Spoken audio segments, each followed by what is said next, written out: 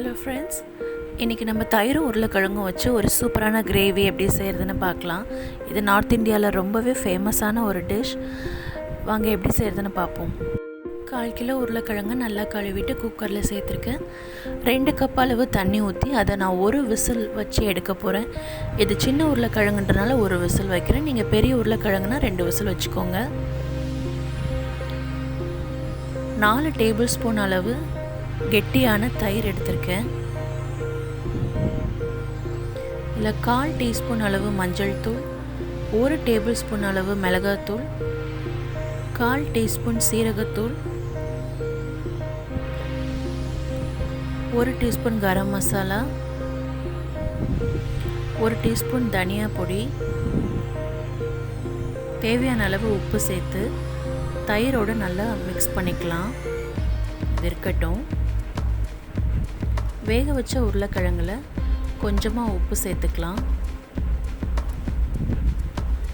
1 teaspoon அளவு மிளகாத்தூள் சேர்த்துக்கிறேன். கொஞ்சமாக மஞ்சள் தூள் சேர்த்து எல்லா உருளைக்கிழங்குலையும் இது படுற மாதிரி பரட்டிக்கலாம். பேனில் எண்ணெய் சேர்த்துக்கலாம். இந்த உருளைக்கிழங்கு இதில் போட்டு 1 நிமிஷம் அளவு நம்ம ஃப்ரை பண்ணிக்கலாம். இன்னொரு பேனில் 2 டேபிள் ஸ்பூன் அளவு எண்ணெய் ஊற்றிருக்கேன். 2 பிரியாணி இலை சேர்த்துக்கலாம். அதில் 1 டீஸ்பூன் அளவு சீரகம் சேர்த்துக்கலாம். 2 பச்சை மிளகாய் கீறி வச்சது அதையும் இதில் சேர்த்துக்கிறேன். இது பொரியட்டும்.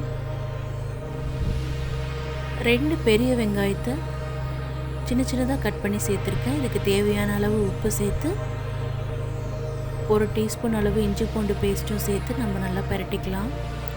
வெங்காயம் நல்லா வதங்கினதுக்கப்புறம் நம்ம அடுப்பை அமர்த்திடணும். ஒரு 5 நிமிஷம் வெங்காயம் ஆறுனதுக்கப்புறம் தான் நம்ம இந்த தயிர் மிக்ஸ்டர் அதில் சேர்க்கணும்.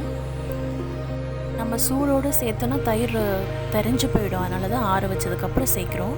இது வெங்காயத்தோடு நல்லா பெரட்டினதுக்கப்புறமா அடுப்பை நம்ம ஆன் பண்ணிக்கலாம். இப்போ அடுப்பை ஆன் பண்ணிட்டேன். இதில் இப்போ நான் 2 கப் அளவு தண்ணி சேர்த்துக்கிறேன். இது மூடி போட்டு ஒரு 2 நிமிஷம் நல்லா கொதிக்கட்டும். நல்லா கொதிச்சிருச்சு. இப்போ இதில் நம்ம உருளைக்கிழங்கு சேர்த்துக்கலாம். இதில் இப்போ நம்ம கொஞ்சம் கொத்தமல்லி தழையும் சேர்த்துக்கலாம். உங்ககிட்ட கசூரி மேத்தி இருந்தால் 1 டீஸ்பூன் அளவு சேர்த்துக்கோங்க. இல்லைனாலும் பரவாயில்ல. அவ்வளோதாங்க, தயிர் உருளைக்கிழங்கு கிரேவி ரெடி ஆகிடுச்சு. இது சப்பாத்தி கூட சாப்பிடுங்க, சூப்பராக இருக்கும்.